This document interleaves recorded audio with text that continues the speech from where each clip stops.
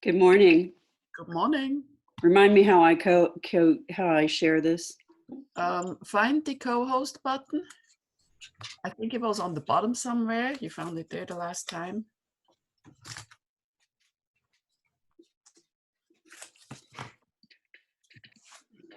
You must be Jen. Oops. Good morning, Frank. Good morning. Thought I'd wear my Rotary face mask. Paid for me. Oh, Hey Frank, how's the weather up there? Well, not bad. Yesterday we had frost. Oh, Good my morning. goodness. So what, 2 days ago you're underwater and now you're getting frosty. We've had everything. Connie took videos of the waves crashing on the causeway. I mean, just splashing up 10 feet high. And then, yeah, got frost yesterday morning, and today it's going to be probably 75, 80. Caroline, are you good? No. So far we got. Hold on. Yes, I can. Okay. I think I can. Let me just test. Good morning, Pete. Morning.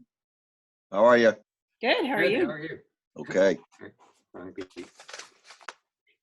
And good morning, Peter. Good morning.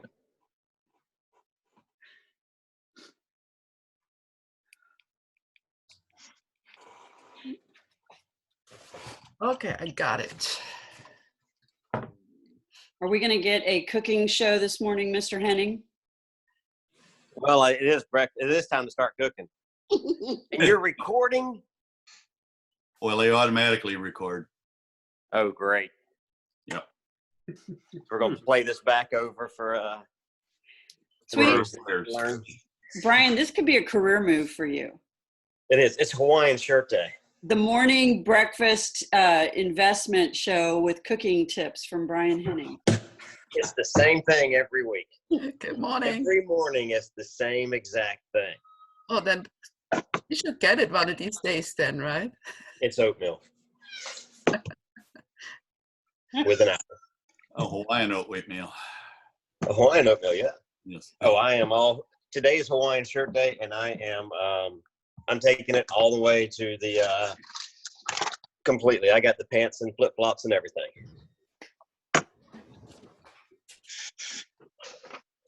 Good morning, Barb. Good morning.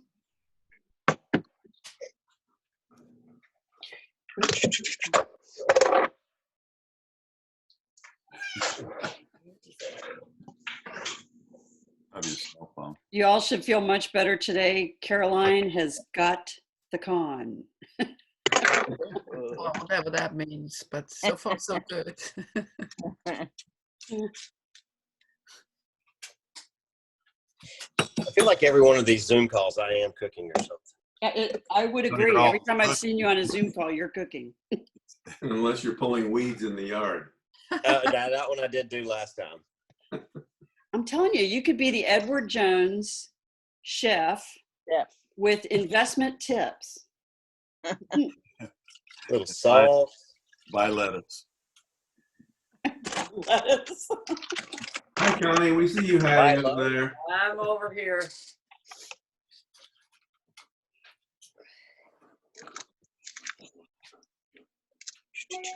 Well, Dan, now that you're moved in your new place, I see you have found time to mess up your desk like I have. No one has messed up their desk like Frank has. No, it doesn't take long. American flag backdrop and Ding. play test. Come on.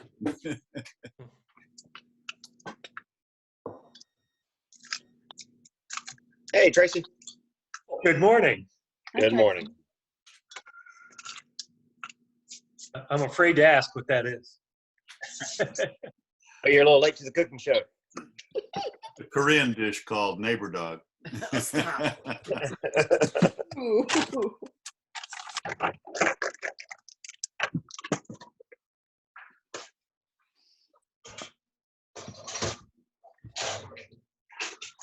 We still have a few minutes, everybody, so you can warm up your coffee or do whatever you need to do.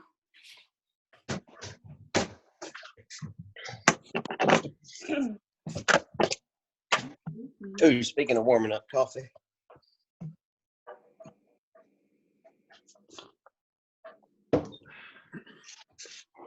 Morning.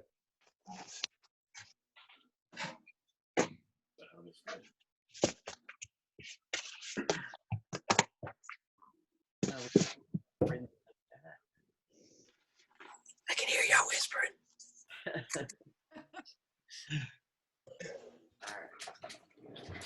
So Brian, what's going on Yes, with the Jody. market today?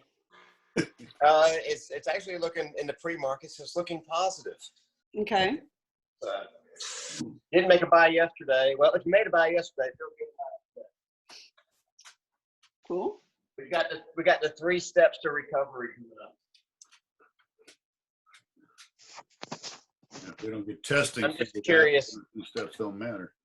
I'm just curious as to I'm just curious as to which step the hair salons get to open up for the ladies. I'm sure they are too. There's going to be some black market hair salons.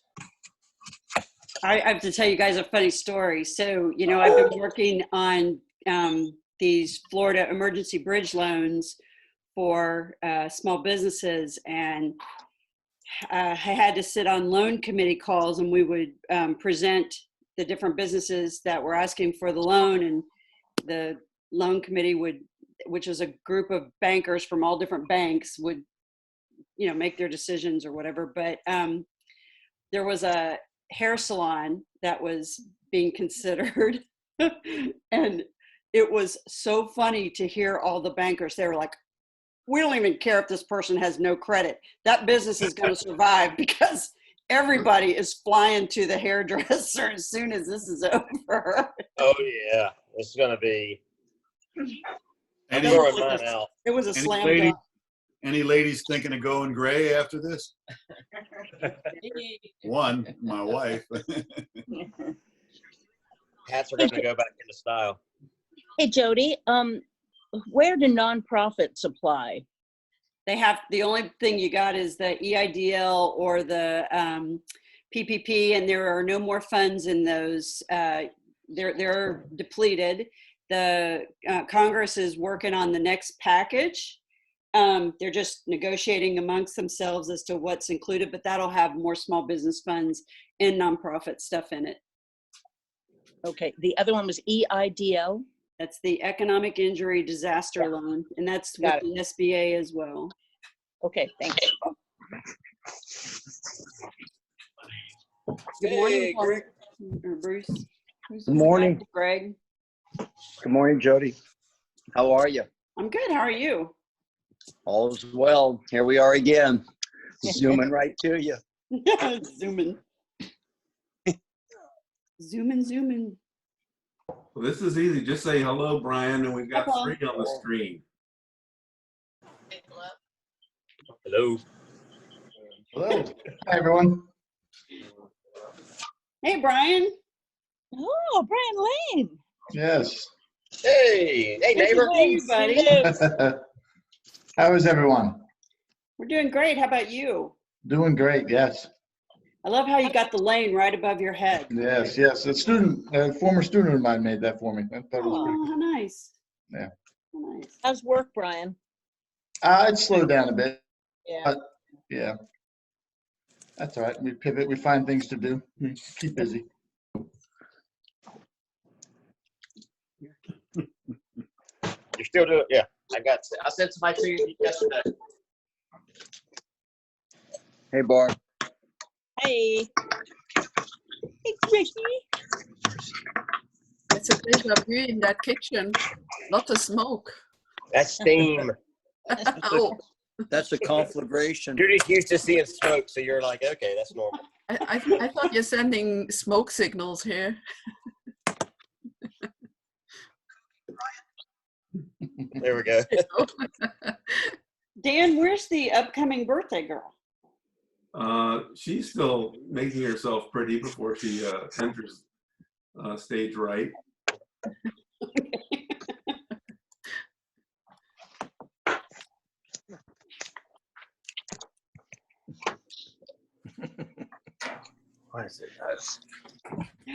Oh, look, we got Vic coming in here.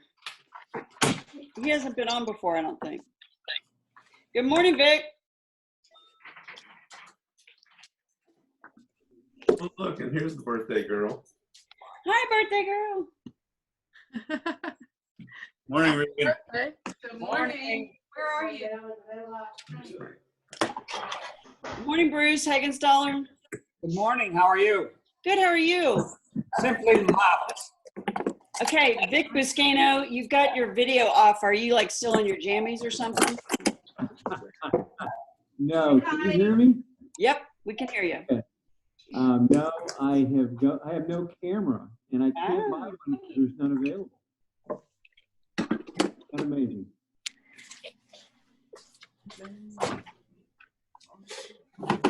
Hey, there you are.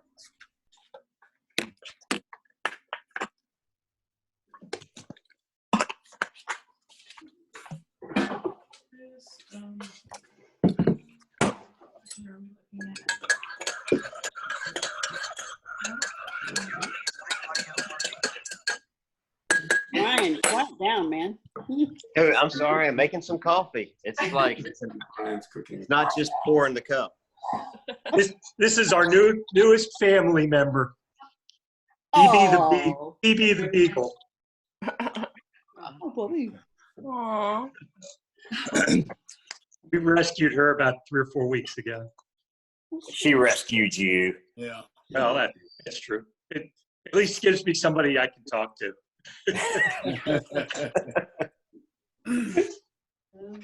Hey, Jamie, where's your 4-legged? Yeah. You He's can join. eating for breakfast. You know, Put early. him on the camera for us to marvel at. Hi, Mark Cutshaw. Hi, Hey. Andrew. And you don't have to have your camera on either. Oh Jody, my gosh, pull your put your shirt down.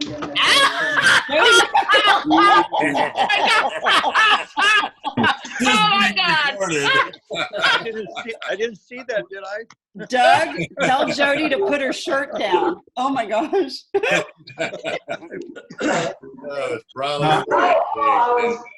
think I'm going to have my first cigarette. The flasher, what can I say? Oh my God, she lifted her shirt up and here's her bra like this thing goes around her. And she didn't realize she could be seen. You're not on here yet, are you? Hey, why do you think we've been married for 54 years, huh? Ladies and gentlemen, that's the entertainment for the day. Yeah. I don't think so. I mean, it could have been her. I don't know what it was. I wasn't worried a lot about it. Oh my gosh. Morning, Mick. You come bring it over here. No, it's okay. Morning, Cassidy. Good morning. Hi, Roy. Hi, Mike. Mike, hey, house. Morning, guys. Who's that, Frank, with this?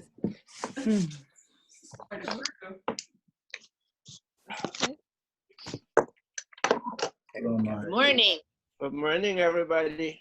Good morning. Oh. Hey, Merlot. Hey, Merlot. Did you hear me say Merlot? Yeah. Hey, Cassidy. Hey, Cassidy. Merlot, there's Cassidy. There's Greg. Greg's enjoying breakfast. You're looking great.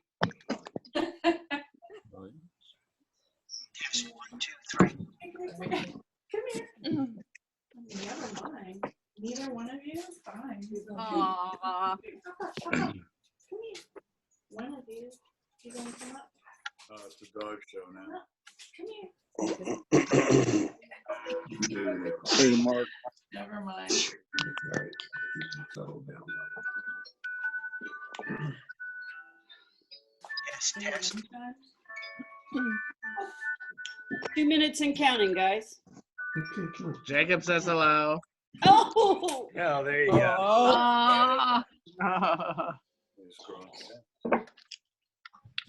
Zelly, Oh, Well, look at you. look that way. Yeah, she's her mama's dog. Sleepy.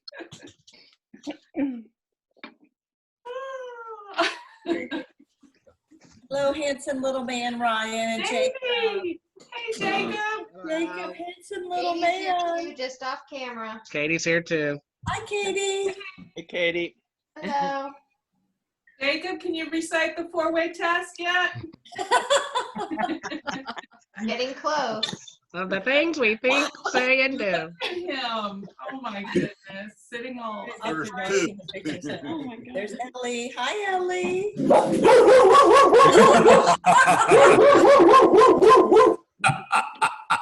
hear the puppies? Sorry.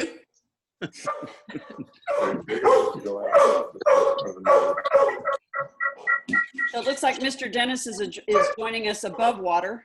Right. This time. This time. Got a little Okay. fire protection going out here. We about ready to get started? Ooh, look at that.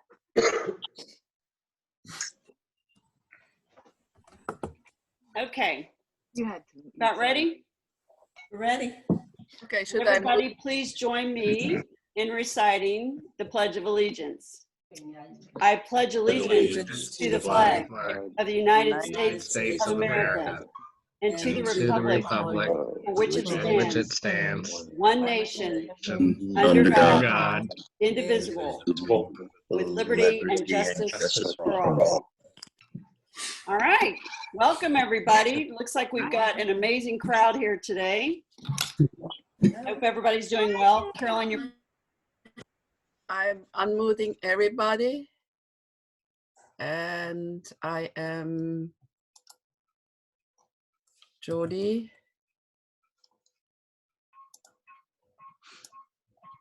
Okay, Jody, you're on. Oh, so I've been talking this whole time. Yeah, sorry, I hit the wrong button.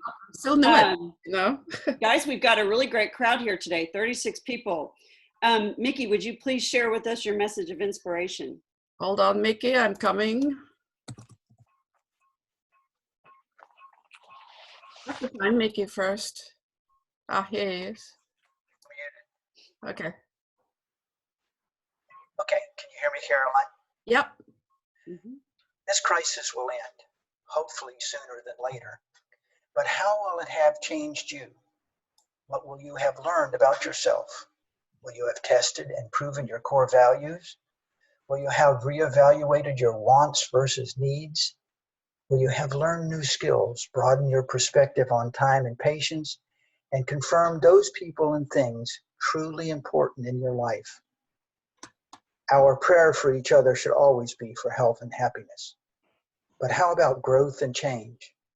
Surely social interaction, emergency preparedness, and life as we knew it are already changing, and we're not going back, whether we like it or not. By embracing that change, your change, you can find new ways to express yourself, more enduring family ties, more meaningful ways to make a difference, and finer acceptance of your place in the world. Better days are coming, with more change in the air. Count on it. If you can adjust and prepare, your new days will be brighter still. Amen. Thank you, Mickey. Hey, Mickey, do me a favor. Would you please send that to Caroline, and would you, Caroline, please post that on our Facebook page? That was amazing. Thank you very much. Will do. Okay, let's turn it over to Mr. Westra. Yep. Good morning, everybody. Leading off, I have to start with the birthday girl whose birthday is tomorrow. Yay! Regan's birthday is tomorrow. Stan Stapleton's birthday was yesterday, and next week we'll get to celebrate Andrew Schmidt's birthday. So we've got some birthdays and whatnot. There are lots of folks I'm sure we need to keep in our thoughts, but particularly keep everybody safe and far enough apart that we don't have any issues. Happy Dollars this month are virtual Happy Dollars that you'll get to add to your dues, and they will go to benefit the Meal Pack program. And I want to give a shout out to Michael Granucci for organizing the first Meal Pack delivery service that was done yesterday. A number of Rotarians participated in that. So Michael, thank you very much.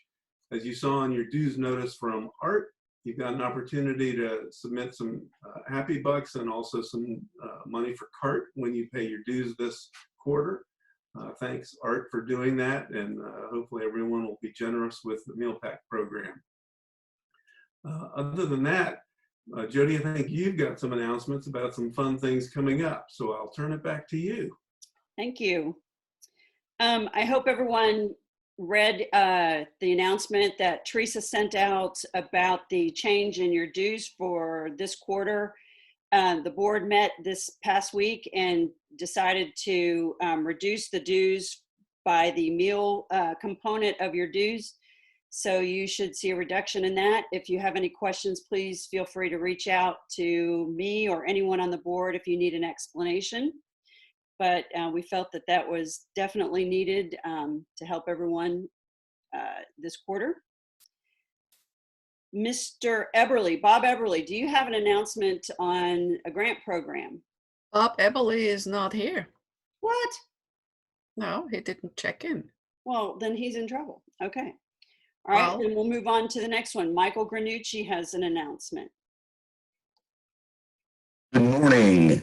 Dan, you stole my thunder a little bit, but I wanted to thank a group of our Rotarians who responded to my call for help after I received a call from Barnabas on Monday to help deliver some food to some of the homeless families. So Bob Eberly, Cindy Jackson, Art Schuster, Roy Millar, Ron Flick, John Kugelbach, Greg Holding, Dan and Ray,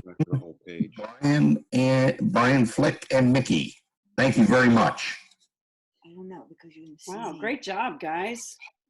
Okay, Bob and Nat, you guys are on. Yes, I was here before, and it said Caroline mistakenly pointed to my death, and I was watching it happen at the same time, so it was like my own obituary. Oh, he's not here, and I'm sorry. screaming, I am here. Oh, sorry. Anyway, Michael said it far better than I can. So, I did, however, have a discussion yesterday with Deb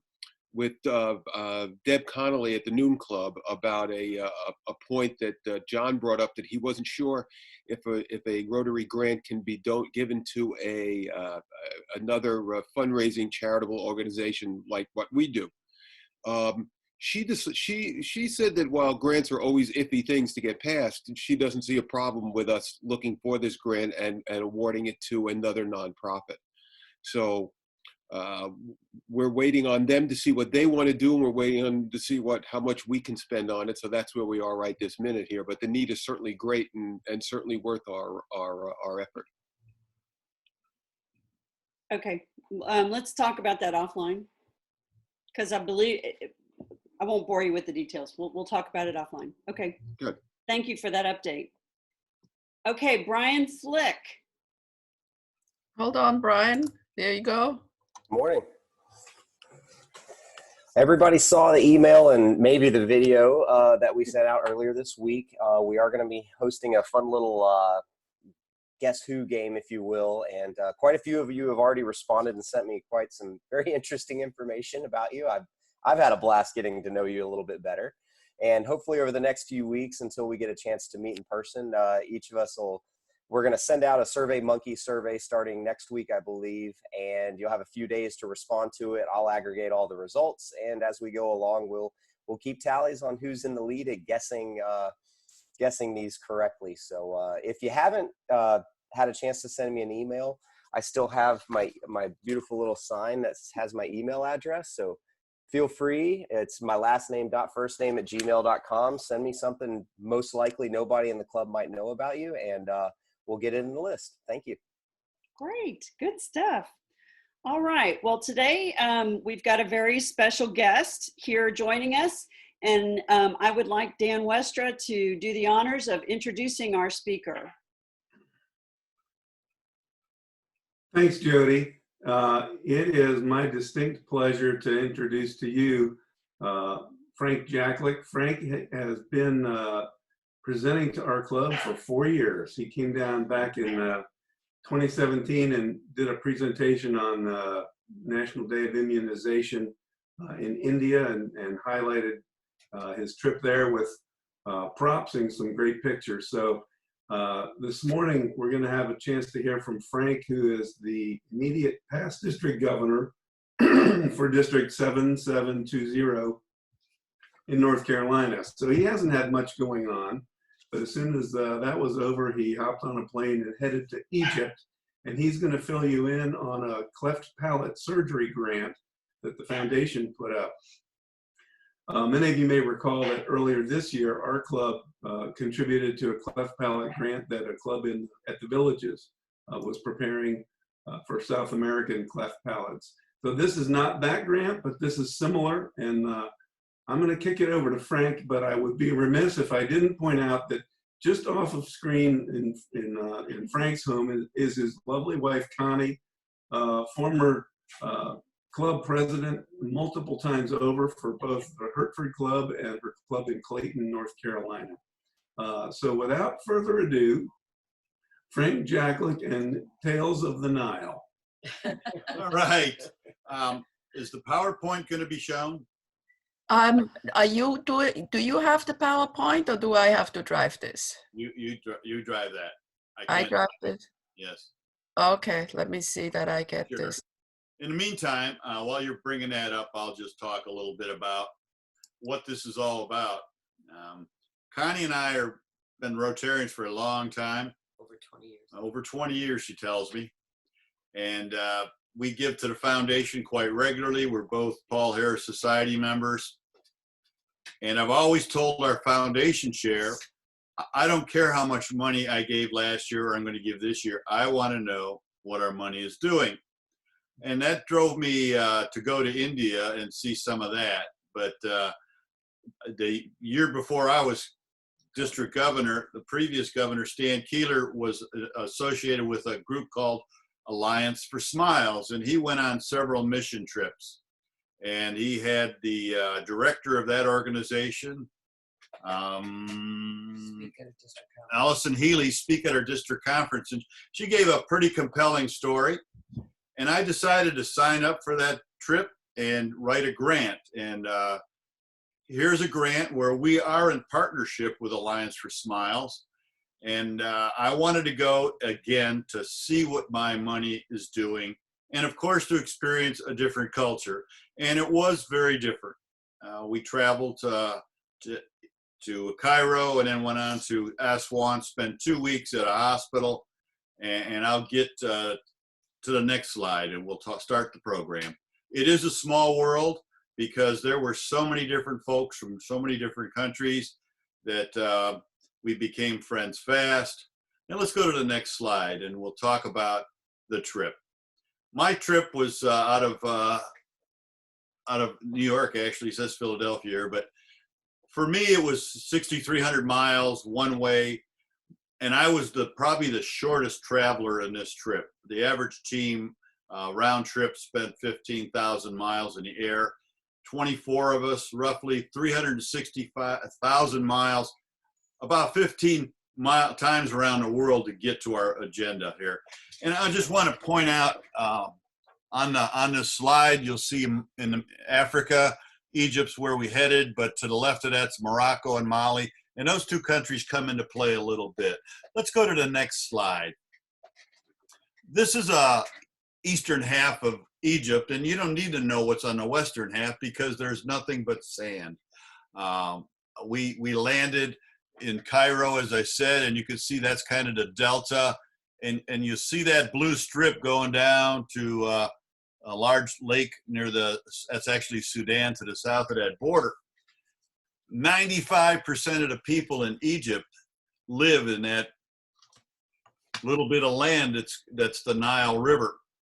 So when we landed in Cairo, a bunch of us traveled together, probably about 10 of us, and out of New York, and we decided to do some tourism in Cairo. We had a layover about 6 hours, and being travelers, we didn't want to waste a minute. So we immediately got a cab driver and he took us to the sites. Let's go to the next slide.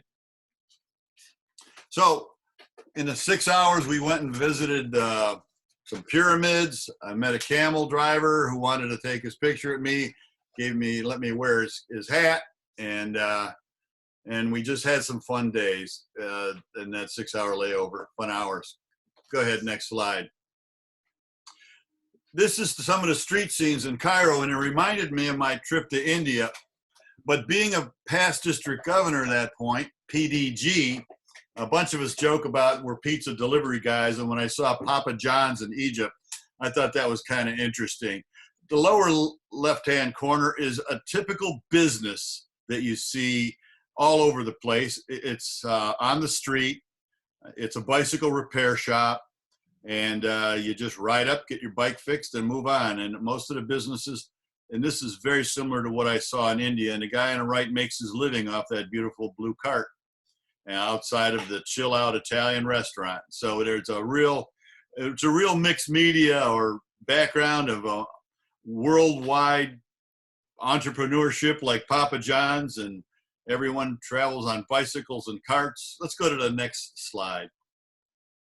This is a scene of a school that we visited later, and I'll get back to that.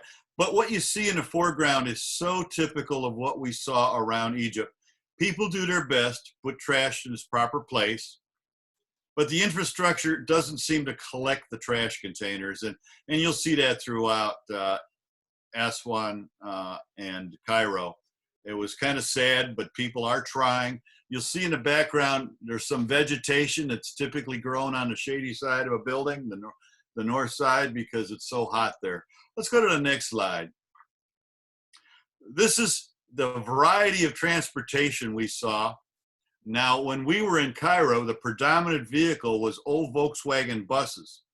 And as maybe if you know much about collectible cars, they're starting to go up in value, but they were cabs everywhere that were those old Volkswagen buses.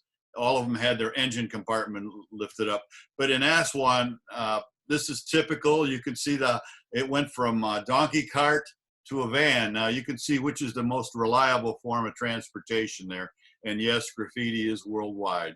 Next slide. This is a hot rod shop. You can see it's another storefront kind of building. The car out front is being detailed, and to left there's a fresh paint job he did in that little garage. So business entrepreneurship is very basic, and everyone's involved with it. It's very spread out. It's a very kind of flat economy in that respect. Go ahead, next slide.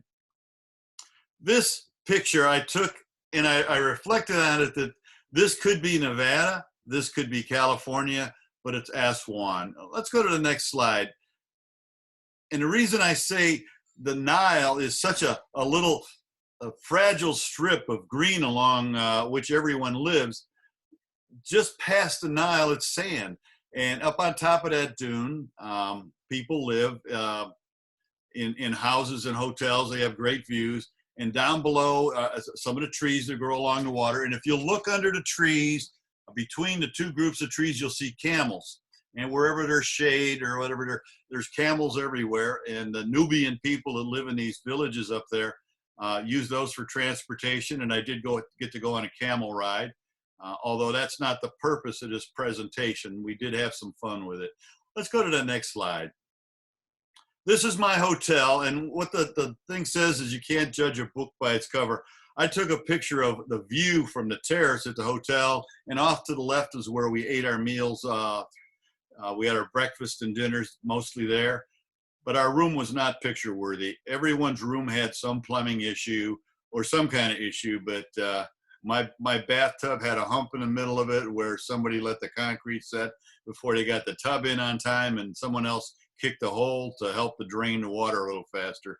Let's go to the next slide. This is the team that we went to Aswan with. There were 24 of us. And as you write your grant, somebody's doing a grant writing, Rotary only paid for 18 of us to go, and I was not included, but medical professionals were paid.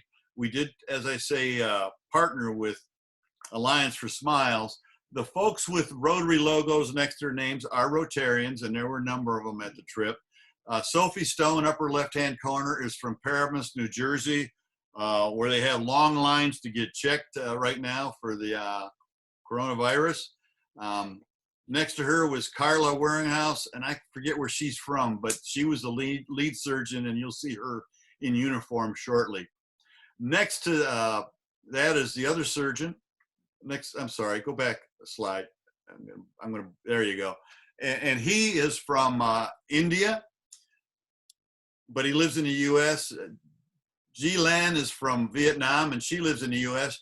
Judy O. Young is Chinese, and she lives in Oakland area, and her career is she's an EMT for rock concert groups. So she's met every large rock group in the world in San Francisco area.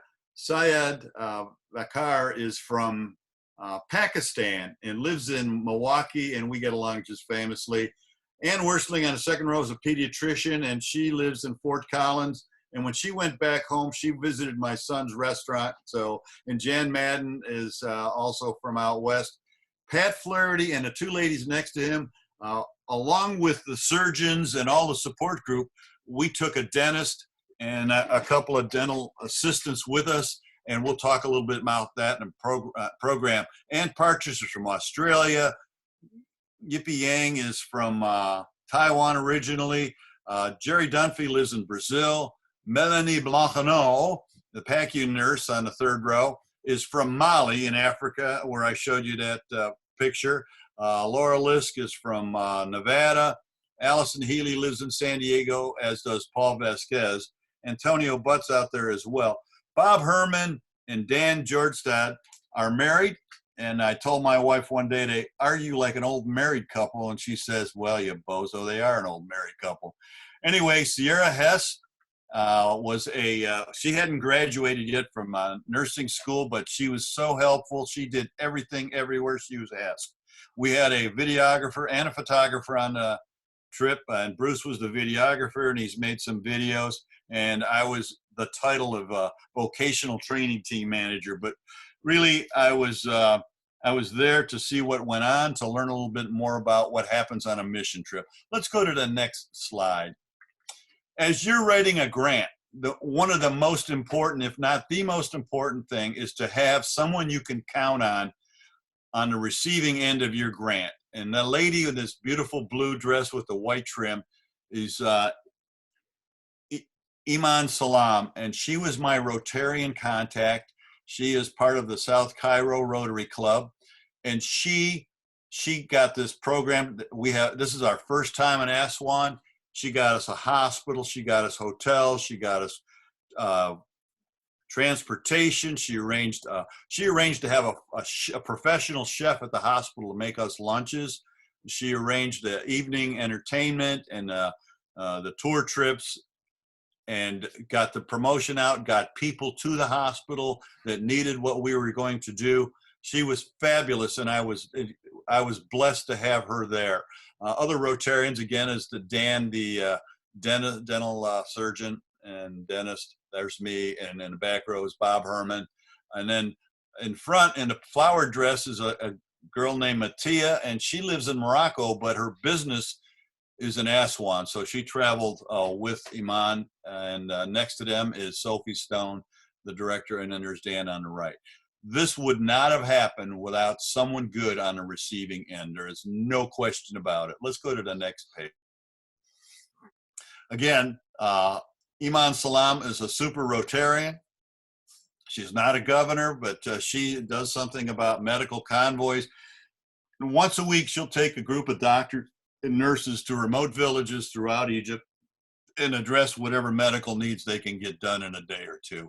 Fabulous person, and I am just glad she was there. Let's go to the next slide. This is our budget. We figured initially we needed about $71,000, and we raised that. You can see the big part on the total column was airfare, followed by the hotel and meals, another $16,000 there. And then beyond that, medical supplies were flown in from the U.S., a large part of that at a cost of $5,500. Baggage fees. I got to take a bag full of medical equipment with me, and it was sent to my house. So the cost to support is there. there's something on the bottom called partner coordination fee, and that's something that'll kind of surprise you as you're doing the grant program. Rotary wants a 5% stipend for organizing all of this, and I guess that's right and reasonable. Let's go to the next slide. This is where the money came from. District designated funds from our district, 7720. Non-Rotarian contribution. There's an outfit out in San Diego called the Sonoma Sister Club, and they donated $24,000. And Paramus, where Sophie was from, gave a couple grand. And our club came up with about $8,500. And a lot of that was matched by Rotary. And they asked us how much would we like to request, and I requested every penny they'd give us to it. And so the total budget was $71,000 and change. We spent about $58,000, mostly because the airfare wasn't as high as we thought. We had a travel agent that just did a super job. Let's go to the next slide. This is the governor from the District 2451. He's out of Cairo, Egypt. And every evening we had some form of a dinner or recognition or some entertainment. And we swapped flags, and he was a terrific guy. You'll see that's the only tie I brought with me, by the way. But let's go to the next slide. This is the president of the sister club from Sonoma Valley. He flew out for a day or two just to see how things were going. So it's nice to have that kind of spare time and spare change. And but he was a big help both financially and spiritually. Let's go to the next slide. This is the other AFS, and Alliance for Smiles is capital A, small f, capital S. This is AFS, and maybe some of you may have had an experience in high school with American Field Service. Well, in Egypt, they don't call it the American Field Service. They just call it AFS. These folks were indispensable as well, as helpful as Aman was. These kids all spoke American English. They understood our idioms, our humor, our politics, and they were exceedingly helpful in having us communicate and connect with the folks that were involved with the program, from bus drivers, taxi drivers, hotels. They were everywhere, and they were extremely helpful. It's a terrific service. The lady in the back row is Susan Seraphim, and she runs that program throughout the Middle East, and she does it out of Germany. The fella on the extreme right underneath the AFS sign is named Mahmoud. Mahmoud spent a year in Milwaukee. He is funny as can be. He really lightened us up, and he's blind. But you'd never know it. Once he maps out a room, he's good to go. Next slide. And this is the AFS manager, Susan. Let's go to the next slide. Can any of you, if any of you can read this, you'll note that it says, this is right outside the hotel. Welcome, Frankie Jaklic. We're so glad you're here in Egypt. We know you're the best Rotarian in the world, and we really appreciate you being here. I think that's what it says. Anyway, that's what we saw coming, and they were waiting for us, and it was really a great, the first day was very interesting. Let's go to the next slide. This is morning of day one, and it was an interesting thing for me. I wasn't sure what to expect. We thought we'd get a bigger crowd. We had about 20 the first day, and we were a little disappointed, but they kept coming day after day after day. Now, one of the things you'll notice about these kids, and I'm not going to dwell on appearance a lot, but if you're a mom and your newborn has a cleft palate, you really don't go out bragging to your neighbors about your new child. You sort of tend to be private and quiet about it. They sit there and they're hopeful. And one of the things I learned about these little kids, when they look at you, they can tell what kind of person you are by your reaction to their appearance. If you look away, they know a little bit about you. But if you engage them and make them feel that they're as important as everyone else, you'll get along just great, and their parents really understand your soul too. Let's go to the next slide. They were waiting, and what we do is recreate, see there's a pile of folders there. We had we had over 100 people come, and everyone gets a folder, regardless of whether they get constructive surgery or dental care or not. And I'll explain to you in a little bit about why everyone gets a folder. You can see the 2 AFS students helping the surgeon talk to the parents and fill out the applications. And Bob on the keyboard was like an air traffic controller. Bob made sure that every detail was recorded.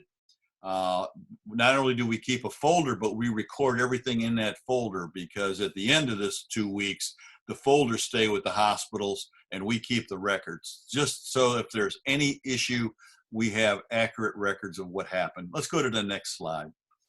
The next station after the folder's filled out, and you can see the folders there, and there's no sticker on it yet, but the surgeon is checking out the inside of that child's mouth, the AFS students there to help interpret, and he's looking inside that mouth with his cell phone. So these cell phones are just amazing additions to our lives that are universal.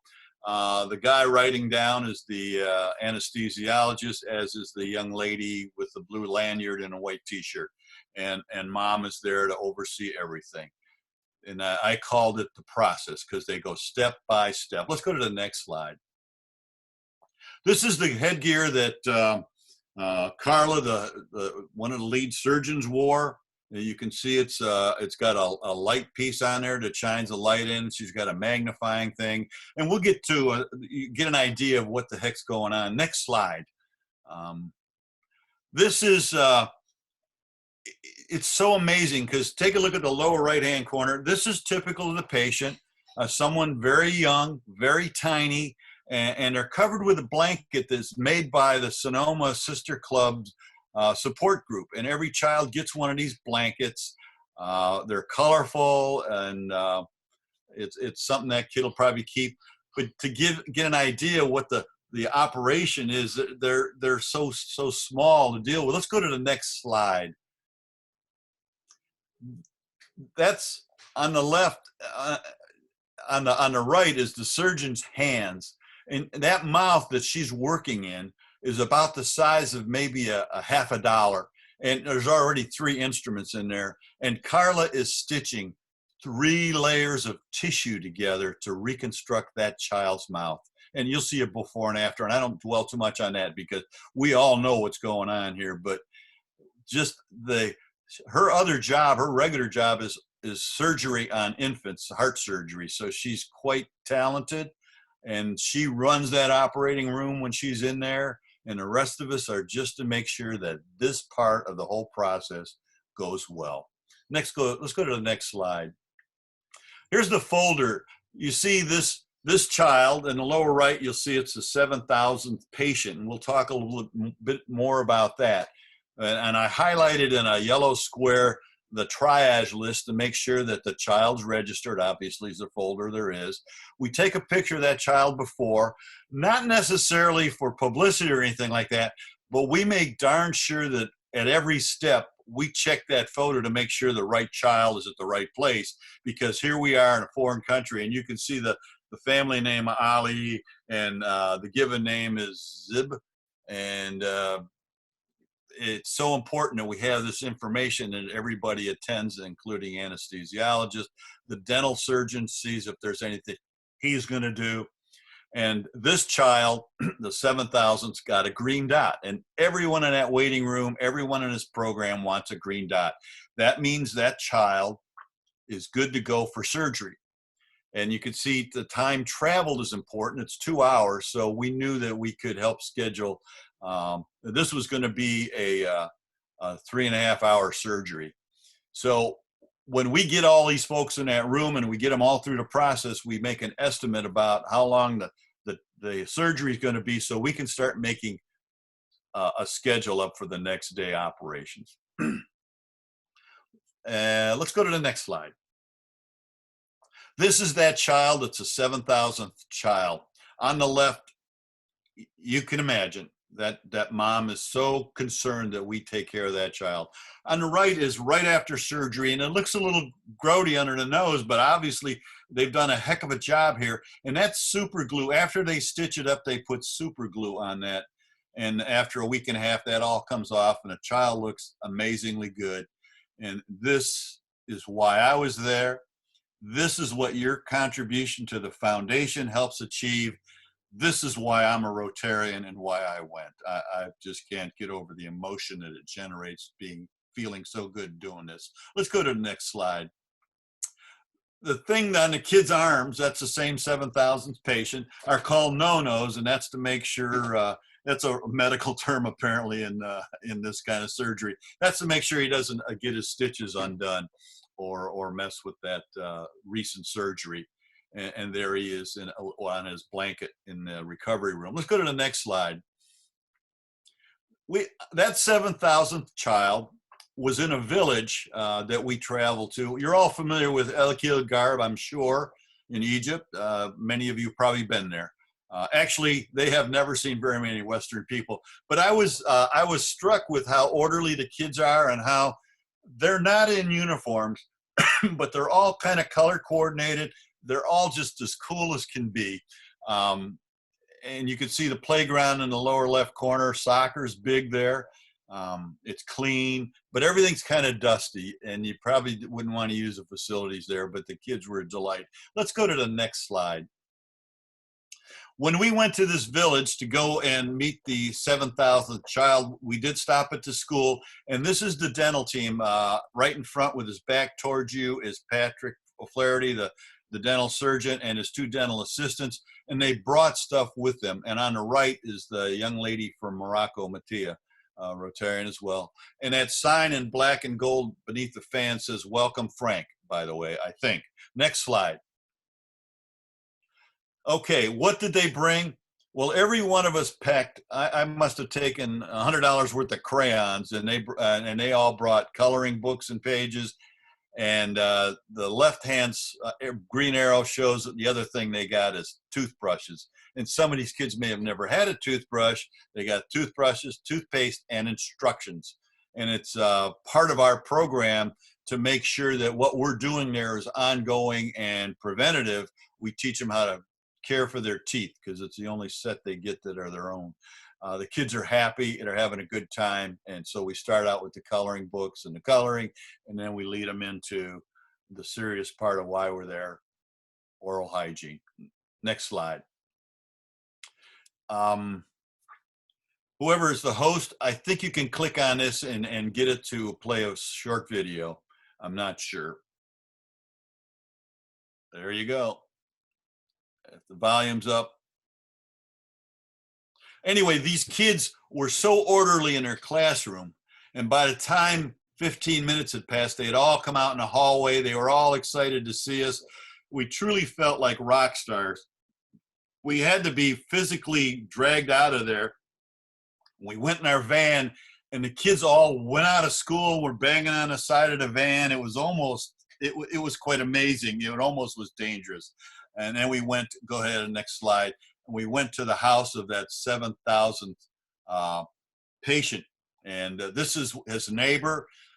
Everywhere we went, they knew what we were doing. And it was really a feel-good kind of trip in that they appreciated what we were doing. We didn't take any pictures inside the house of that child. That child's parents are so poor, they end up receiving us at their parents' house. And you can see in the background, typical side alley of the villages. In the distance, there is some green. So it's either an oasis or near the river. Let's go to the next slide. This is the parents and the child after the surgery. Just thinking about that, 7,000 patients this outfit, Alliance for Smile, has helped to have these kids to have a better life instead of being shunned their whole life. Let's go to the next slide. This is typically that you can see the suitcase. I took one over, and all of these, everyone took over a suitcase of medical supplies in addition to the $5,500 worth we had shipped. And in the dental surgeons, they had obviously gloves and coloring books and toothbrushes and whatever they need. They extracted several teeth, and they fixed cavities as well. So all the kids that went through the process got their dental hygiene as well. Let's go to the next slide. This is the dental hygiene chair. I took this picture because it's a bit humorous. I think a couple people chewed their way out of that office. I'm not sure anesthesia is real prevalent there, but when you think about this group of 24 people from all around the world, some of them have never met each other. I never met any of them until I went on this trip. We walked into a hospital we've never been to before. We went to an operating room. We went to offices and reception areas we had never been to, and the next day they're going to work fixing kids up. I think the ability to adapt was most amazing. Let's go to the next slide. Red dot, green dot, and let's talk a little bit about the dot. If you get a green dot, you're going to be good to go.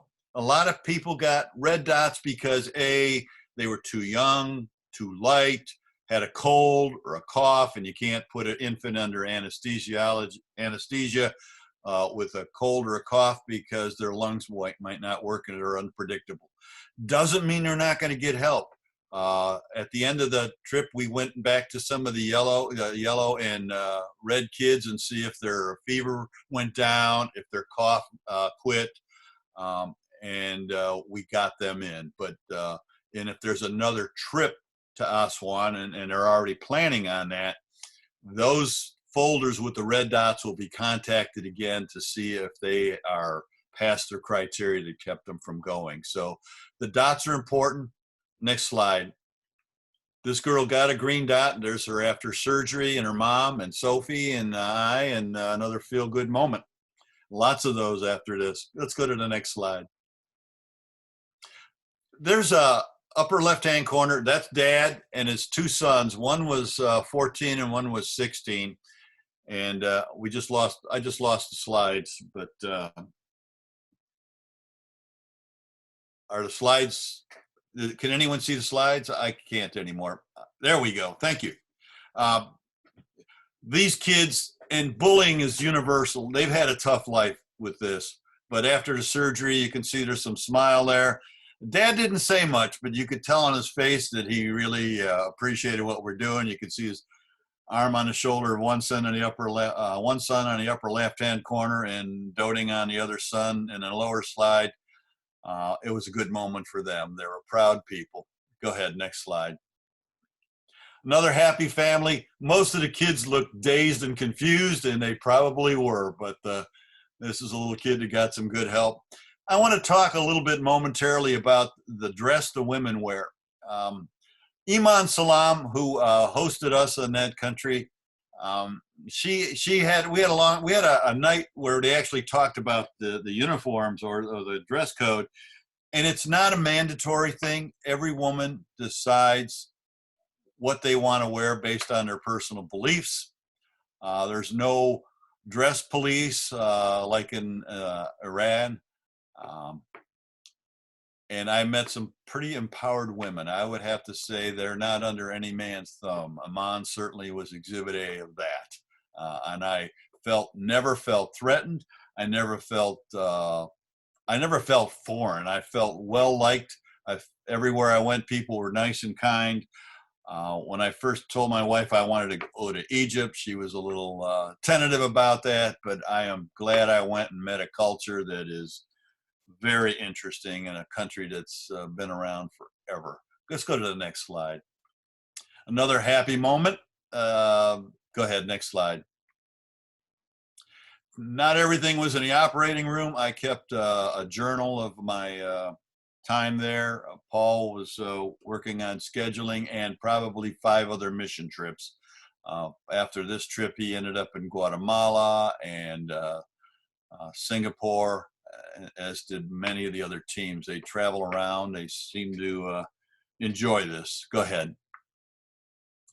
Every kid that gets through recovery gets a little toy with them and a blanket. Let's go to the next slide.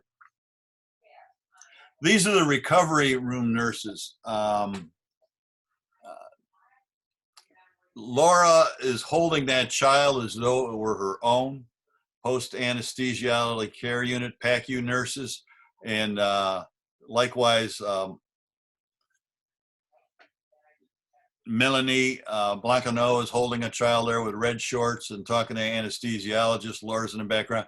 These two care for those children like nothing else, and they're also the ones who talk to their parents before and after their surgery to assure them and then show them that everything's going to be great, and by and large it was. Let's go to the next slide. This is Nan Madden, and she's in recovery area as the nurse to make sure that once the child is fully awake after surgery, they go into post-op area, and if it's a short, small surgery, say an hour, then they may stay there overnight, or they may stay there a few hours. If it's something more dramatic, we keep them there a couple of days. What's interesting about oral surgery is the risk of infection in oral surgery is extremely low because your mouth can tolerate just so many different kinds of bacteria because it does every day by virtue of what you eat. So this is fairly a low-risk surgery, and I was complaining a bit about the condition of the hospital because when I went into the room where the surgeons are supposed to change, there was dirt on the floor, people were eating food in there wasn't hygiene, and one of our team says, Frank, you need to do this in China or Singapore or not Singapore, but yeah, some of the more third world countries where you're working in a tent with a dirt floor. This is pretty darn good, Frank. So they appreciated what they got. Go ahead to the next slide. This is typical instructions we give. Let's go to the next slide. This is the last day, and as I said, the folders we keep go to the hospital. So if there's any follow-up needed, if there's some complications, they have a copy of the history. You can see our team in the background is meeting with some of the parents that came up for a revisit. It was a good moment. They got 100 and some folders from us. There's a red dot. That person will probably be asked next trip. Let's go to the next slide. This is our team on the last day, and a thank you from the hospital. A little old Hertford's mentioned in there. We're now famous.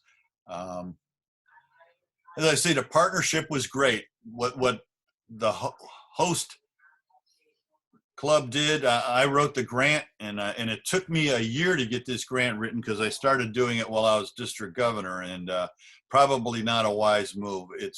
Rotary is extremely careful about what their money does, so there are no reports of fraud or money misspent. And I was the bean counter on this trip and made darn sure that I kept good records of where the money came and went to, and I'm waiting to hear how good I did from Rotary's point of view yet. So it takes a while for these grants to get approved, but they're well worth it. Let's go to the next slide. So here's a quick summary of the trip. We saw 100 children. We did 47 operations. It went anywhere from an hour to 3.5 hours each. Prior to the surgery team going, the PACU nurses had a seminar and trained 84 local nurses on oral surgery care in the operating room and before and after. 5 local doctors sat in on some of the surgery to hone their skills. Pat O'Flaherty, oral surgeon, did 70 extractions, a bunch of fillings and some cosmetic bonding, 35 dental cleanings, and hundreds were given instruction on toothbrush, toothpaste care at the hospital and at that school. It was quite a rewarding trip. Let's go to the next slide. I was very impressed with Egypt. Although the streets are, a lot of them are dirt and dusty, and obviously in a desert country, you can expect sand and that everywhere. I went into McDonald's because I was jonesing for a burger at the end of 2 weeks, and it was the cleanest McDonald's I had ever seen, and excellent menu was in English and Egyptian, and I was impressed with the McDonald's in this place. Let's go to the next slide. Next slide, please.